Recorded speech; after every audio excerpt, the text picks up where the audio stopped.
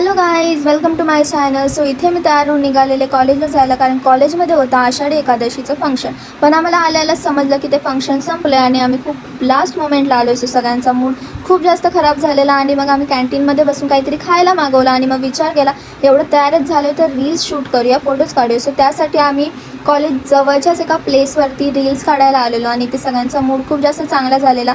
सगळे खूप मस्ती वगैरे करत होते आणि मग इथे फोटोशूट वगैरे चालू होते आणि मग पुढे काय झालं ते तुम्ही बघा. ही आमच्या मेंबर मधली एक पोरगी आहे, लीडर सॉरी हा ही लीडर मगाशी, आणि ती आता इथे रुसून बसली आहे. का सांग हा मेकअप करत का माहिती रिझन आम्ही रील मध्ये नाही घेतलं आम्ही नक्की ना मारलं आम्ही नामही रुसून बसली आहे. लाज वाटते तुला? वाटते ना? गुड.